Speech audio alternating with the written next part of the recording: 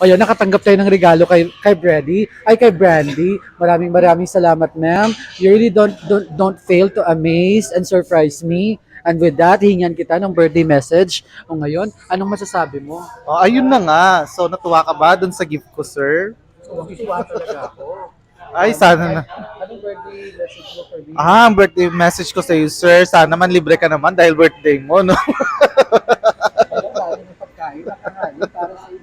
Ayan. Well, kidding aside, happy birthday, sir. I hope that you enjoy your birthday today and have fun. Thank you for the friendship kahit hindi ka naman na nanlilibre ng ng pagkain.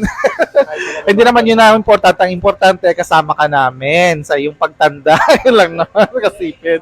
Happy birthday ulit, sir. Maraming salamat, ma'am. At ngayon, dito naman tayo sa presidente ng Homeowners Association.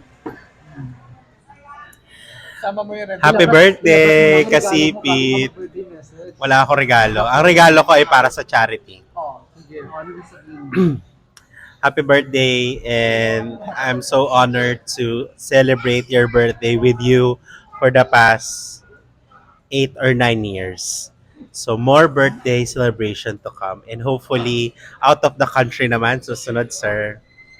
And thank you. Sana man libre ka. Huwag ka ng kuripot. Happy birthday. I love you. Bye-bye.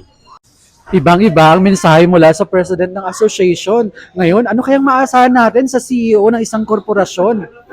Yan, magbibigay na ng kanyang mensahe. Pero for sure, feeling ko may lalabas na regalo ito.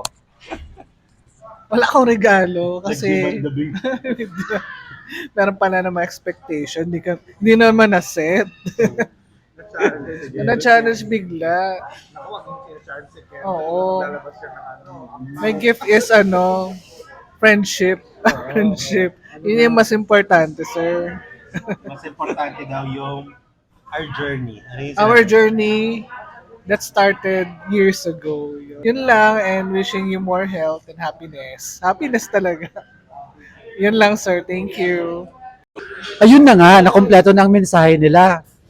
Ngayon, mensahe ko naman para sa kanila. Maraming salamat sa friendship na nabuo dito. Ayan. Kahit sa mga pagkakataong kailangan ko kayo, hindi kayo nagpaparamdam. Kahit kamusta man lang, hindi ko naramdaman. Pero nananatili pa rin ako sa ating pagkakaibigan. Dahil nga sabi nila, ang tunay na kaibigan dapat nagdadamayan. Pero ayun, birthday ko ito. Hindi ako dapat malungkot. Kailangan ko pa rin maging masaya, lalong-lalo na maraming pagkain na inihanda si presidente ng asosasyon.